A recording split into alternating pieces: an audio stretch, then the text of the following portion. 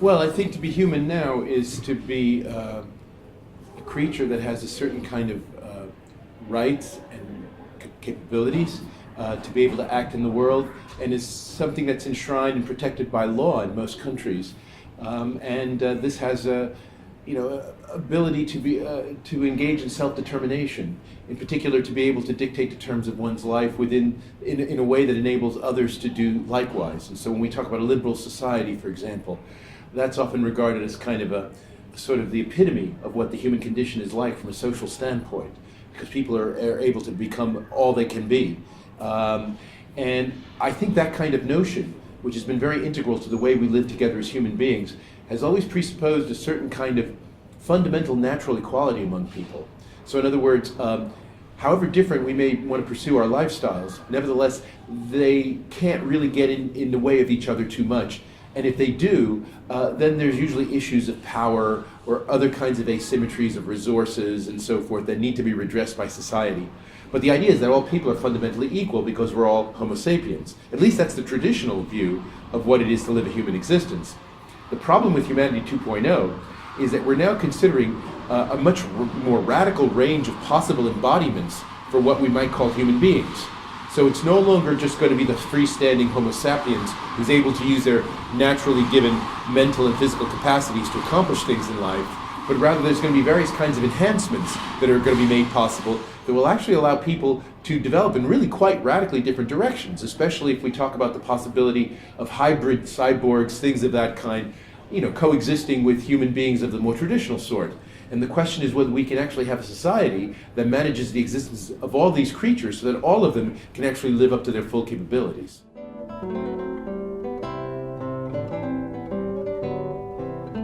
Well, I don't think the notion of human existed before actually we start to get into the city-states, because being human has historically been tied with a certain sense of citizenship, actually, namely that you're one of us, and that we're entitled to treat you in a certain way because you belong to our society.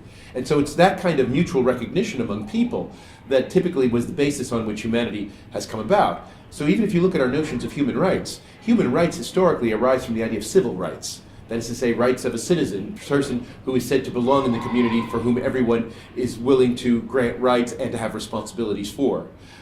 So it's really only once you get cities that I think you even begin to consider some kind of notion of the human in some kind of legally rigorous sense.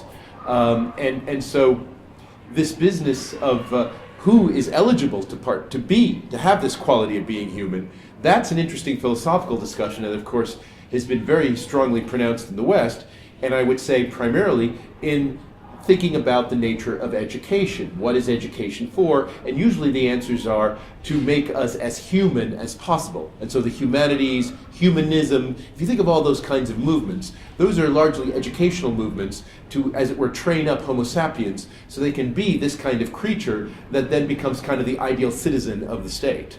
And that was certainly the Greek idea. And that's where the idea of the human really comes from. It comes from this kind of sense of citizenship and that is mutually recognized by members of a society. But where you draw the line as to who's in and who's out, that's always been the very interesting question. And I think we're going to really have to face that question in a very original way now, I think, with Humanity 2.0.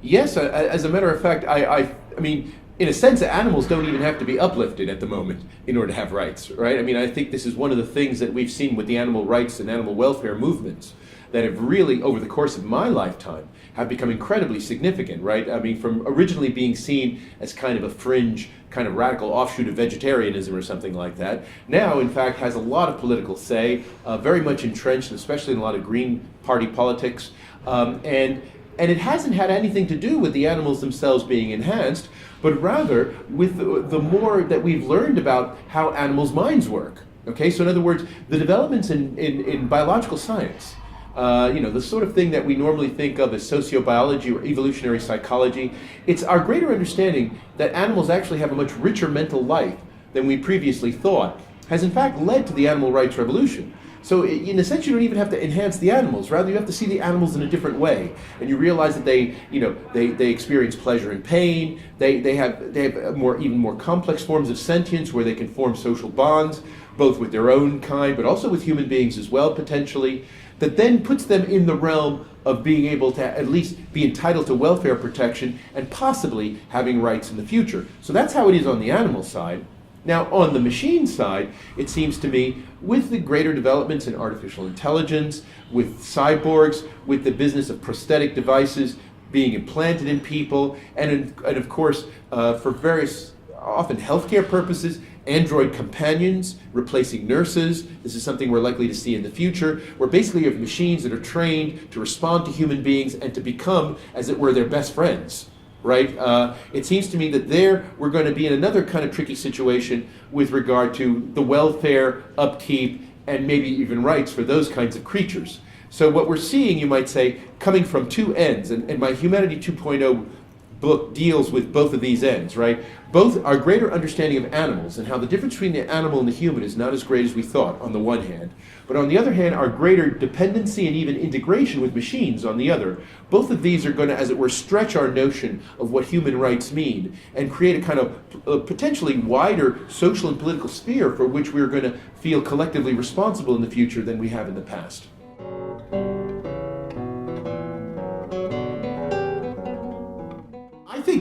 I think the issue here is there's going to be, in the first instance, there's going to be a fight for representation. In other words, because obviously when we're talking about both the machine end and the animal end of this, these entities cannot, as it were, speak for themselves in the usual sense in which we talk about participating in politics, right? So there's going to be an issue of representation about which humans can represent which other creatures, and these are going to end up having political standing. So that's one issue. The other issue, I think, is going to have to do with with the way in which we allocate resources from the collective realm.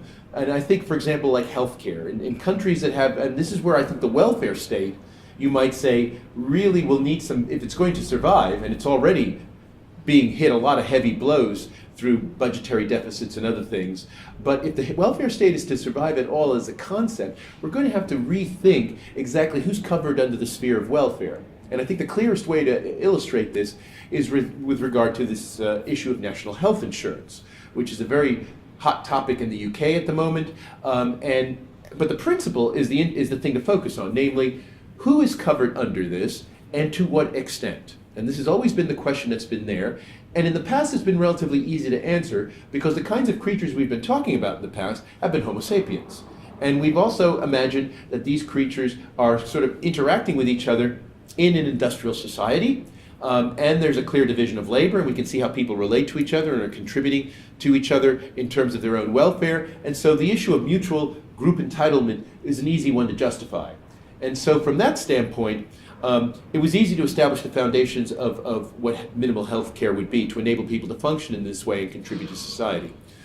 But if you actually start to ask the question now, let's say we want to, as it were, redo the National Health Service and we want to figure out who to include, and you actually put a survey to people, forget about trying to get a survey out of animals or machines, but just talk to people and ask people, who do you consider to be the significant other that you would wish to be covered under some kind of health insurance, broadly speaking?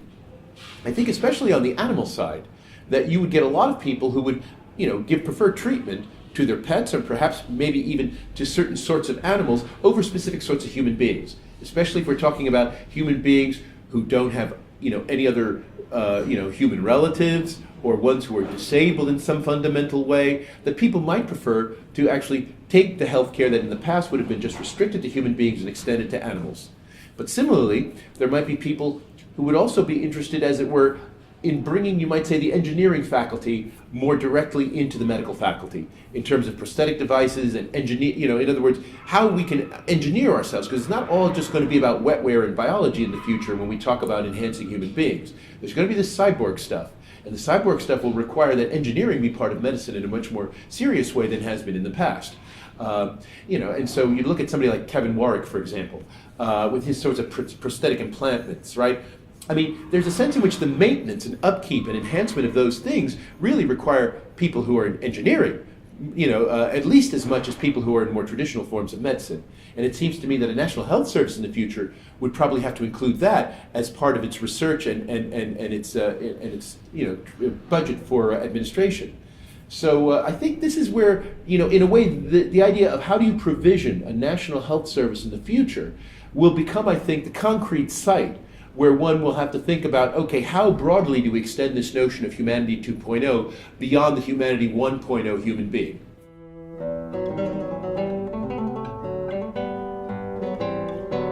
Yeah, I mean, I think one of the interesting things about people like Stellark, and maybe I would include Kevin Warwick here, is this kind of blurring that's taking place between science and art.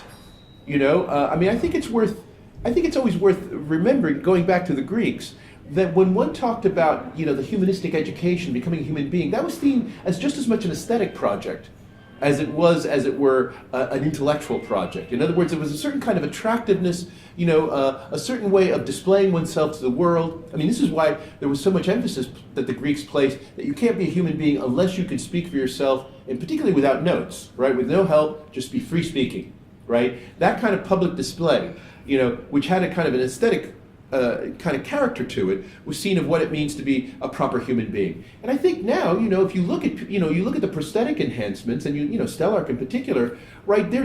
It's more than just the shock value. There's a sense in which it gives you a kind of different sense of how to think about a human being, right, and how to relate to them and so forth.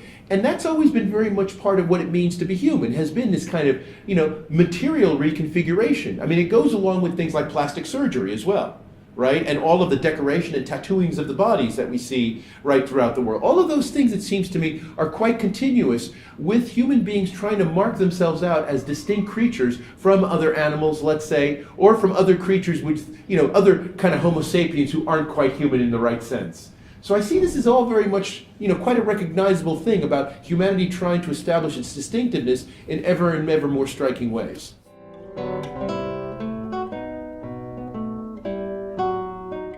Well, I mean, I want to say a little bit about the augmented reality stuff, because I do think that's very interesting and potentially could be quite useful. But there are two ways of thinking about this augmented reality stuff. And when I see examples of it being promoted, like with goggles, and so, for example, where you can see, as it were, if you're in a foreign country, you can see the stuff translated so it appears to you in your own language, so you don't have to worry about whether you actually know the language of the country. That's a very useful thing, actually. And that actually will break down a lot of barriers of communication and interaction and things like that. And so it's a very positive achievement. But also, I've also heard people talking about, augmented reality kind of glasses that would, let's say, enable you to ignore homeless people on the street if you don't want to see them lying around, right? And enable you to block certain things out of your vision. In other words, to reinforce certain kinds of biases and preconceptions that you already have. And this is one of the problems, I think, as this stuff becomes customized. Is, what is the point of the customization? Is the customization actually to enhance our powers, as I think would be the case if we were able to see stuff printed in foreign languages in our own language, enables us to have powers we wouldn't have otherwise? Or does it just reinforce biases? That in a sense we don't want to see things, we don't want to see certain things, and now we have the means by which we can exclude them from our vision. And I do think that that's going to be a very important distinction to keep in mind here, because the thing that worries me a little bit about some of this stuff, especially insofar as they're customized or personalized, is that people will not necessarily want to transcend their current selves, but rather re-entrench, as it were, what they already think and what they believe, but now using technology to provide a kind of artificial barrier to the external world. Well, that's right. I mean, look, we already see this in cyberspace, right? Without having to stick anything into ourselves, we already see the way in which news is customized, and even news agencies, proper news agencies, in order to maintain clients, have to, as it were, have different streams of news, as it were. So if all you want to see is sports, you can just see that and ignore everything else. If all you want to see is a business page, you can do that and, everything else. And of course, the blogosphere has often been described as this kind of bubble, echo chamber world, right?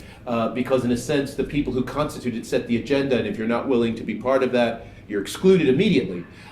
So there's a sense in which there is already a kind of default tendency with a lot of this innovative information technology to, in a way, reinforce the kinds of biases and prejudices.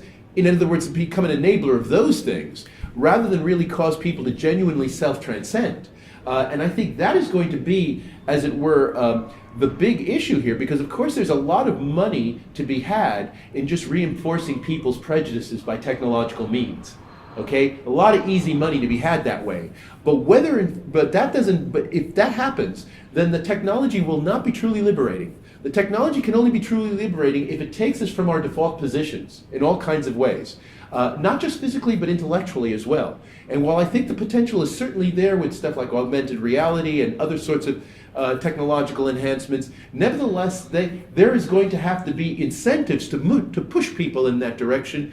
There may even be need to be training, as it were, so people know how to use this stuff properly so they can get the most out of it in terms of going beyond their current states of being.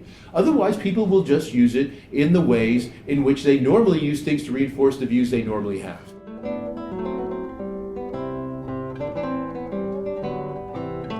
I mean, I think self-transcendence, first of all, requires that one understands the bodies of our birth, the Homo sapiens human being, as it were, a platform.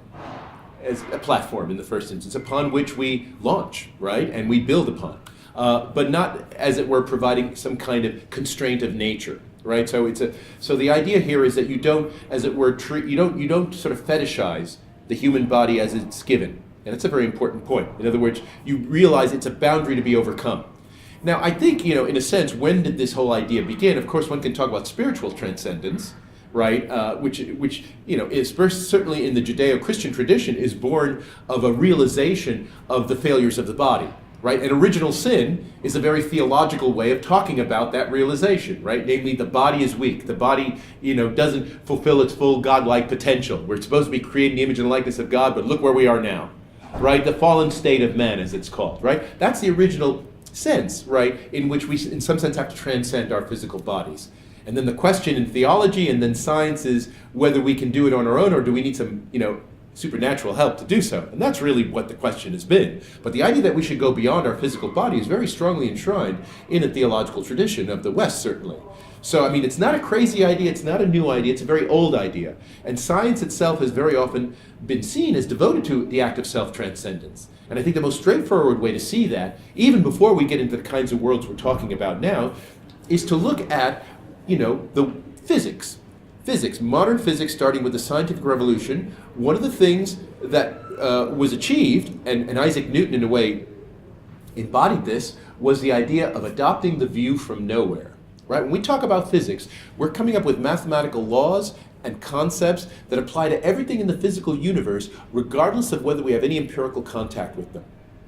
Okay? So we're not just talking about the stuff that we experience in everyday life or that ordinary human beings over the course of human history would experience in everyday life. We're talking about places and things that we will never experience as human beings. But nevertheless, we can say a lot of things about them. Okay, we can talk about the beginning of the world, the end of the world. We can talk about stars all over the place. We can talk about all those things. We can adopt a view from nowhere. That is self-transcendence, okay? Because we are able to get knowledge of things we do not have experience of. And I think that has to be taken on board as being a very serious feature of the way in which science is developed. That increasingly, as science has expanded its purview and its terrain, it has come up with understandings of the world that take us farther and farther away from common sense, ordinary human understanding if we just stay within our own bodies. Okay? And that's even before we start to get to the technological enhancement stuff. Now, I would say that the first moment where we start to get a kind of sense of self-transcendence that begins to come in the direction of the Humanity 2.0 is actually with eugenics. Okay, and this is a very, everybody hates this word and it scares everybody, but I think there's a sense in which this is the tradition, because the eugenics movement, in the beginning, the idea was that, we are all, in some sense, the limitations of our being is kind of determined by our genetic makeup. And let's say you buy some kind of evolutionary story a la Darwin, right? And the thing about all the creatures who have lived up to this point is that, they live and die by the limitations of their genes, because the genes will provide, as it were, their scope for adaptation as the environment changes. And they only can change so much because the genes, as it were, have constraints. They don't allow them to do anything, just any old thing. They only can do certain specific things. And once the environment changes so much that it goes beyond their genetic capabilities, they're dead, right? And that's normal. Now, the thing about eugenics was, it was a way of, you might say the possibility of eugenics was one way of distinguishing human beings from all the other creatures. Because human beings are the first creatures to actually understand their genetic makeup. They don't just live it, they know it. And by knowing it, then they can get inside and they can reverse engineer and tinker with things and so forth. And in that respect, they can take control of evolution. Okay? And so when we talk about this term transhumanism, right, the person who coined the term, Julian Huxley, right, who's an evolutionary biologist, right, that was what he had in mind. Namely, that the mark of the human is the possibility of being able to understand and thereby controlling evolution. So even if we grant Darwin's point that, all of the changes that have taken place over the course of natural history have been to a large extent, products of, not exactly accidental, but not something that's driven by an overarching goal. Nevertheless, when you get to human beings, there is the possibility of there being an overarching goal. That is to say, we can enhance certain kinds of properties that we think are very desirable, and we can diminish ones that we don't think are very desirable. And so in that sense, we can start giving purpose and goal to evolution that maybe it had previously lacked over the previous billions of years. Okay? That kind of self-transcendence, which is what the eugenics movement was about, begins, I think, to get us into the space we're in now, where the idea is that we are taking control of the destiny of the species, and what's before us now is basically which way we go, or in how many directions do we go to be able to live in a sustainable world. That is to say, a world that actually allows all these different variations as we go forward to coexist with each other in some kind of way. And I think that's the question of self-transcendence that we have now. If I may say one more thing, I think what complicates this a little bit now is the fact that, especially with people like Ray Kurzweil and not just Ray Kurzweil, but even if you think about somebody like Freeman Dyson, the physicist who says that the way we're going to solve the environmental problem is by colonizing other planets, right? We're now thinking, when we think about the scope for the human condition in terms of what's sustainable as a human life form, right? A lot of the transhumanists, on the Kurzweil-Dyson side, are arguing that self-transcendence could mean transcending out of planet Earth, okay? And in a sense, the kind of earth-bound notion of ecology may be in fact too limiting for this kind of broader conception of humanity 2.0. And so that in that sense, self-transcendence can really mean, the possibility of inhabiting the entire universe, right, in some sort of capacity. And so I think that there's lots of different levels, you might say, of self-transcendence that are on the table with transhumanism. But the first step, I think, came with eugenics. In a sense, that really put the issue on the table in a very concrete sort of way that it hadn't been before. But as I was saying in the earlier part of my remarks, I think this idea of trying to self-transcend is very much part of the motivating force behind Western theology and Western science as well.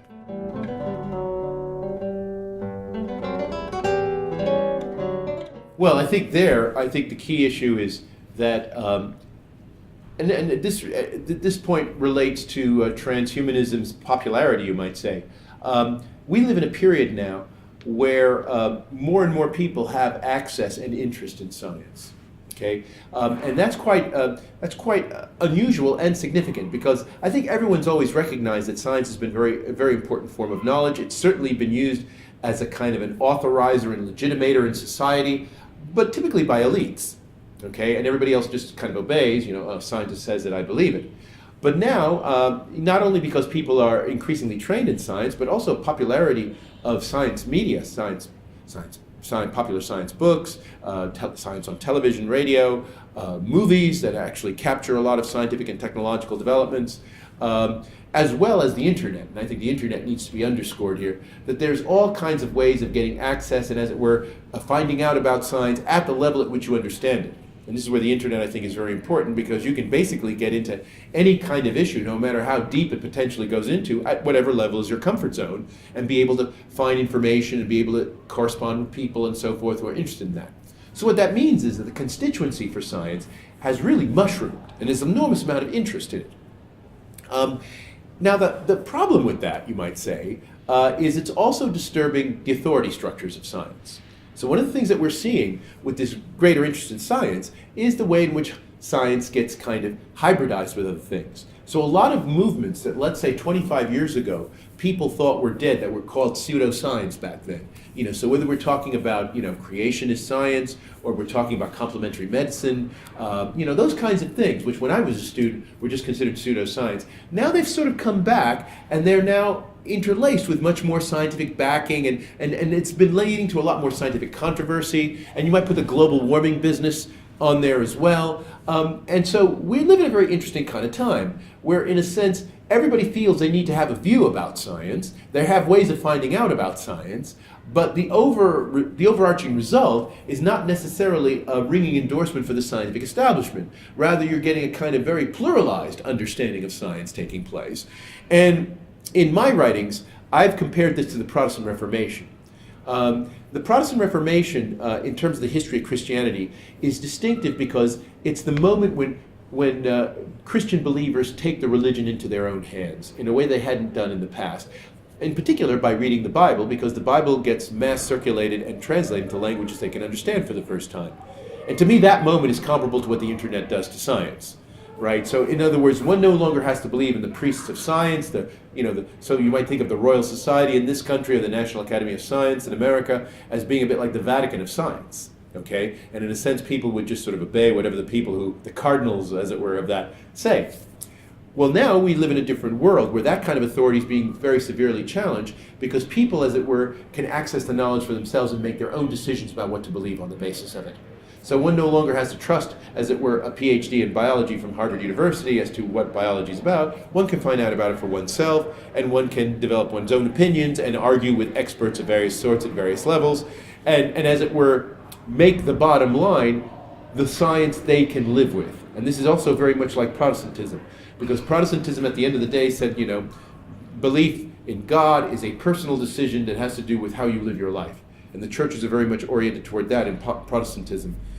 It isn't this very detached kind of view of mass being told in the language you don't understand, but rather it's religion as you live it. And I think science is getting to be that way. Science is as you live it, right? And so, and I think this really helps to explain things like, the revival of complementary medicine, which isn't a rejection, it is not a wholesale rejection of more conventional forms of medicine, but rather it's a more pick and mix approach. That leads to a kind of integrated new kinds of hybrids. And I think we're going to see more and more of that around. And I think transhumanism, in a way, flourishes in this kind of environment. Because transhumanism, regardless of what proponents want to tell you, perhaps, is not a natural extrapolation of what the scientific establishment thinks. In fact, whenever people from the scientific establishment weigh in on issues that transhumanists talk about, they tend to be very much against. Right, by saying, no, this is not going to happen, or it'll happen in 1,000 years, and in a sense, we shouldn't be thinking about these things now. We don't know enough to be able to say anything sensible, right? That is the typical scientific establishment view of transhumanism. But transhumanists, at least what makes this movement kind of exciting is, there's a sense in which a transhumanist will be arguing that they actually have a better historical perspective on how science is going than perhaps the professional scientists themselves do, because the professional scientists, in a sense, have a vested interest in keeping things relatively conservative, relatively safe, relatively risk-free in order to maintain their authority, which is exactly what the Protestants said about the Catholic Church. Okay, and so I think transhumanism flourishes in this kind of hybridized science environment where people are still very pro-science but are prone to question scientific authority and actually have fairly kind of antagonistic relation with scientific authority when it gets right down to it. Because I'm sure transhumanists do not relish being called just science fiction worshippers, which is a very common way in which they're regarded, which I think is unfair, but nevertheless that's very much like when Protestants were being called atheists because they didn't believe what the Pope said. And I think this is kind of where the human self-understanding comes in, because if we regard science as maybe the pinnacle of human achievement with regard to certainly our accomplishments and knowledge, then it's something that has to become part of the person, right? A scientific self-understanding is part of what it means to be a human being. And I think that this kind of availability of scientific information through the internet and other sources is enabling that to happen. But the cost is going to be that it is going to cast doubt on the sort of monolithic authorities of science that people have obeyed in the past.